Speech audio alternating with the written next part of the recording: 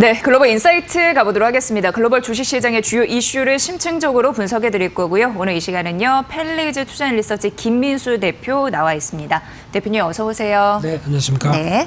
자, 오늘 글로벌 시장에 대해서 특히 이제 자동차 시장에 대해서 알아볼 텐데 이제 글로벌 자동차 시장 하면은 자율주행을 빼고 얘기를 할 수 없게 됐습니다. 상용화가 관건이고 주요국에서 경쟁이 아주 치열하게 펼쳐지고 있는 상황이고 또 세계 IT 가전 박람회 CES에서도 이게 고스란히 확인되고 있는 상황인데 현재 어떤 동향으로 가고 있는지 우리가 넘어야 할 산도 꽤 있는 부분이라서 그 부분 좀 들어보도록 하겠습니다. 대표님 어떻게 보셨습니까? 네, 예. 글로벌 자동차 업계에서 이 자율주행차 요즘 네. 핫하게 뜨거운 핫하죠. 분야죠. 예. 네, 이번에 CES 2020에서도 여러 가지 기술들이 많이 선보이면서 네. 앞으로 그렇게 멀지 않았다라고 하는 부분들을 충분히 보여주는 그런 상황이었는데요. 그런데 일단 기술은 앞서가는데 관련돼서 주요국의 법규는 정비가 덜 됐다라고 보는 게 맞을 것 같습니다. 그에 따라서 발전을 좀 제한하고 있다는 관점들이 높다고 봐야 될 것 같고요. 이 화면을 보시게 되면은 자율주행차의 앞으로 시장 규모에 대해서 나오고 있는 상황들인데 한 2017년도까지는 거의 미미하게 움직였던 수준에서 올해부터 한 220조 원 가까이 글로벌 시장이 성장할 걸로 보여지고 있고요. 앞으로 한 15년 뒤 2035년 가게 되면은 거의 5배 이상은 성장한 1,300조 원 이상으로 넘어갈 것이다 라고 분석이 나오는 만큼 앞으로 어떤 자동차 업계의 또 하나의 대세가 되지 않을까라고 바라보고 있는데 지금 현재 자율주행차 관련돼서 특허의 경쟁력과 관련된 순위를 한번 보게 되면은요. 일단 지금까지 얘기 나온 것 중에서 가장 그래도 좋은 기술을 갖고 있다라고 하는 쪽은 웨이모라고 하는 회사, 구글의 자회사입니다. 이쪽에 대해서 가장 평가를 높이 받고 있고요. 네. 그 밖에 도요타, 그리고 GM, 포드 이런 순서로 나가다 보니까 상대적으로 미국과 일본 업체들이 이를 좀 주도하고 있다라고 보시면 될 것 같은데 아쉽게도 현대차는 맨 꼴찌입니다. 그렇네요. 예. 아직까지 특허 관련된 쪽에서 경쟁력은 그렇게 높지 않다고 보여지고 있는 상황들이고요. 따라서 일단 시장 전반적으로는 보통 이제 자율주행차 하게 되면은 레벨이 미국에서 쓰는 단위가 있습니다. 예. 그래서 레벨 0단계에서 5단계까지 있는데 그 중에서 지금 본격적으로 나오고 있는 단계는 레벨 3단계 정도로 보여지고 있습니다. 그래서 자율주행 단계가 이 정도에서 이제 어느 정도 상용화에 대한 움직임을 가속화시키지 않을까라는 관점 쪽으로 바라보고 있는데 화면에서 보시는 것처럼 일단 3단계 정도라고 하게 되면은 조건적 자율주행이라고 얘기를 하고 있고요. 일정 구간 자율주행이 가능한데 운전자가 주변 상황에 대해서 주시해서 돌발 상황을 대비해야 되는 그러니까 즉 반 정도만 자율주행이겠죠. 네, 네. 예, 그런 쪽으로 보여지고 있는데 아직까지 많은 업체들이 여기에 대해서 초점을 맞추고 있고요. 하지만 조금 더 진화된 고도화된 자율주행 같은 경우는 일단 현대차나 벤츠, 도요타 그래서 현대차가 좀 더 앞서서 개발을 하고 있는데 성과가 빨리 나오느냐가 가장 큰 관건이라고 봐야 될 것 같고요.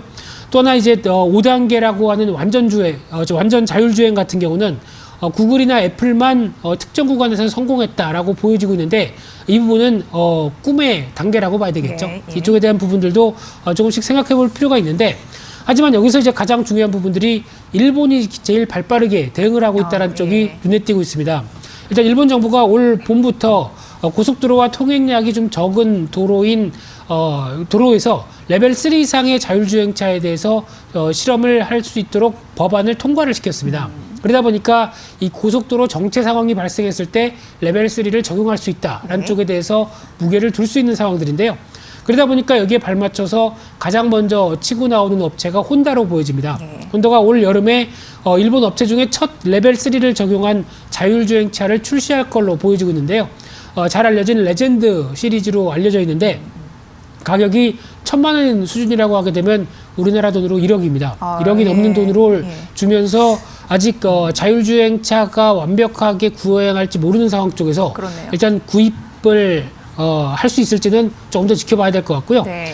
그런 차원에서 봤을 때 또 독일 업체들도 계속 기술 개발을 노력하고 있는 상황들인데 특히 아우디에서 2017년도에 먼저 어떤 레벨 3 자율주행차를 선보이긴 했는데 아직 규제 당국이 운행을 미승인하고 있죠. 그러다 보니까 법규가 발목을 잡는 상황 쪽에서 독일 차들은 약간 울고 있다고 보는 게 맞을 것 같고요. 또 하나 앞서 말씀드렸던 구글 산하의 웨이모 같은 경우도 일단 영국의 AI 개발 업체 레이튼 트로직을 인수를 해서 일단 운전자의 다양한 습관과 그리고 이런 여러 가지를 고려해서 AI 쪽에 기반을 마련둔 자율주행을 끌고 가겠다라는 기반이다 보니까 한 단계 업그레이드 됐다고 봐야 되겠죠. 게다가 벤츠 같은 경우도 부품사 보쉬와 함께 미국의 실리콘밸리의 자율주행 택시도 주행을 실험했다라는 소식도 나오는 만큼 네. 여러 회사들이 일단 법규만 풀리게 되면은 여러 가지 도전을 계속 해가겠다라고 하는 과정들이 높다고 봐야 될 것 같고요.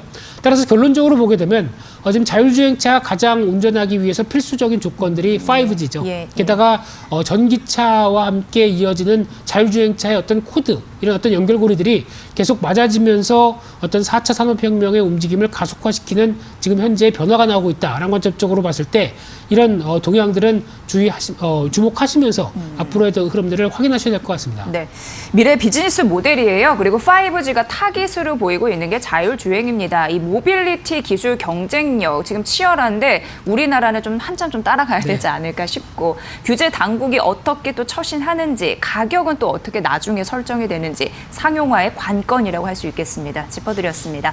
자, 두 번째는 대만 가보도록 하겠습니다. 15대 총통 이 선거에서 주권 수호를 주장하는 차이 총통이 또 재선에 이겼다라는 흐름들이 있고 최근 대만 증시 보면은 상당히 강했거든요. 네. 이게 주는 시사점이 있을 것 같아서 살펴봐야 될 것 같습니다. 대표님 어떻게 보십니까? 네, 주가가 신고가로 나오게 되면 부럽죠. 그렇죠. 네, 국내 증시도 이를 좀 따라가야 되지 않을까라는 관점들인데 예. 일단 먼저 이번에 대만 선거가 차잉잉 원, 그래서 네. 여당 쪽이죠. 예. 그래서 이제 중국파로 알려진 분이 일단 또 재선에 압승으로 했다라는 관점 쪽에서 네. 홍콩 시민들도 부러워하고 있는 상황들이고 네. 그런 쪽에서 어떻게 보면 시장이 이제 안정에 무게를 둔다라고 하게 되면 올해 선거 결과가 증시에도 그렇게 나쁘지 않다고 봐야 될 것 같고요.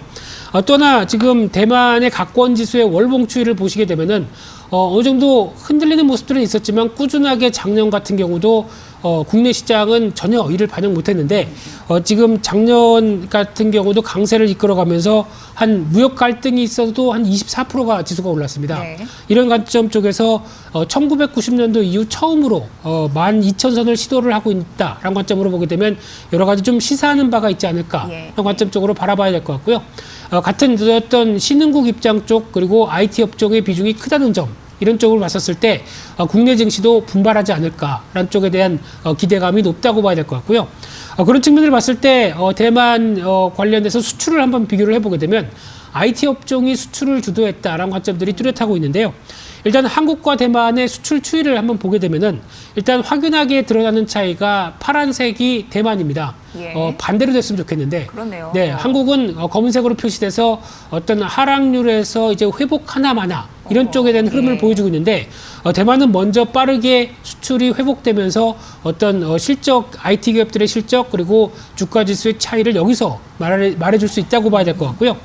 특히 1월 달에서 11월 달까지 누적된 대만의 총 수출을 보게 되면 마이너스 1.4%, 그래도 견조하다고 봐야 되겠죠. 한국은 마이너스 10.8%다 보니까 상대적으로 더 부각을 받았다고 봐야 될 것 같고요.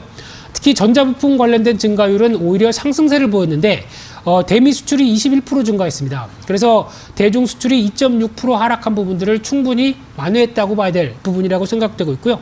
거기다가 대만 IT 수출 같은 경우는 1월 달에서 11월 달까지 누적으로 보게 되면 25%가 증가했죠. 예. 그렇기 때문에 나머지 품목, 나머지 섹터에 대한 수출 증가율을 다 끌어올릴 수밖에 없는 그런 상황으로 봤었을 때 아무래도 IT가 열일했다라고 보시면 될 것 같은데 IT 중에서도 또 하나 중요한 부분들이 글로벌 파운드리 1위 업체인 TSMC가 지수를 견인했다라고 봐야 될 것 같고요.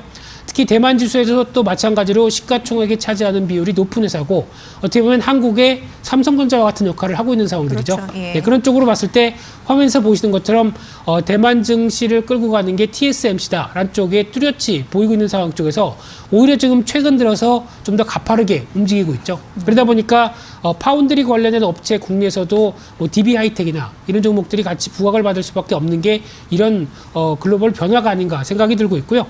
그런 쪽에서 TSMC는 작년만 하더라도 거의 53% 이상 상승했다라고 보여지고 있다 보니까 어떤 IT 업종 쪽에서 비메모리긴 하지만은 국내 삼성전자도 그래서 이를 좀 박차를 가한다라고 하게 되면 거의 유사한 모습들이 나오지 않을까로 좀 기대를 할 수 있는 부분들이고요. 따라서 일단 어떤 대만 증시를 통해서 바라보고 있는 첫 번째 흐름들은 무엇보다 반도체 업황이 이를 호황으로 다시 이끌어질 가능성이 높다는 관점 쪽에서 반도체 관련된 대표 주자들이 대만도 강세를 보이고 있다라고 보여지고 있고요. 게다가 또 미국도 1단계 무역 협상 이후에 미국도 팡 관련된 종목들이 강세를 보이고 있죠. 그러다 보니까 필라델피아 반도체 지수 강세 이런 쪽으로 보게 되면 아무래도 IT 업황 중심으로 산업 패러다임이 바뀌면서 여러 가지 시장의 변화가 나오고 있다라는 관점 쪽에서 무게를 둬야 될 것 같고요. 그런 만큼 아무래도 디지털 경제와 관련된 빠른 변화가 계속 눈에 띈다라고 하게 되면 그의 대표적인 수혜 국가가 대만이 움직이고 있는 흐름들로 봤을 때 네. 한국도 조만간 이런 변화가 쫓아가면서 나오지 않을까라는 관점으로 보게 되면 여전히 IT 업종에 대해서 계속 관심 있게 보고 섹터 움직임들을 관심 있게 좀 추적해야 될 걸로 보여지고 있습니다. 네, 대만 쪽에서 이제 대선에 대한 결과는 나왔고 증시가 고점을 올리고 있습니다. 특히나 무엇보다도 대만 수출 잘 되고 있는데 IT 업종이고 글로벌 파운드리 1위 TSMC 잘해주고 있고요. 그러면서 우리 국내 업체 같은 경우에도 파운드리 업체 조금 더 추가적으로 오를 수 있을지 그 여부까지 함께 가늠해 봐야 할 시점이 아닐까 싶습니다. 글로벌 인사이트 함께했습니다. 펠리즈 투자인 리서치 김민수 대표의 분석이었습니다. 대표님 잘 들었습니다. 고맙습니다. 감사합니다.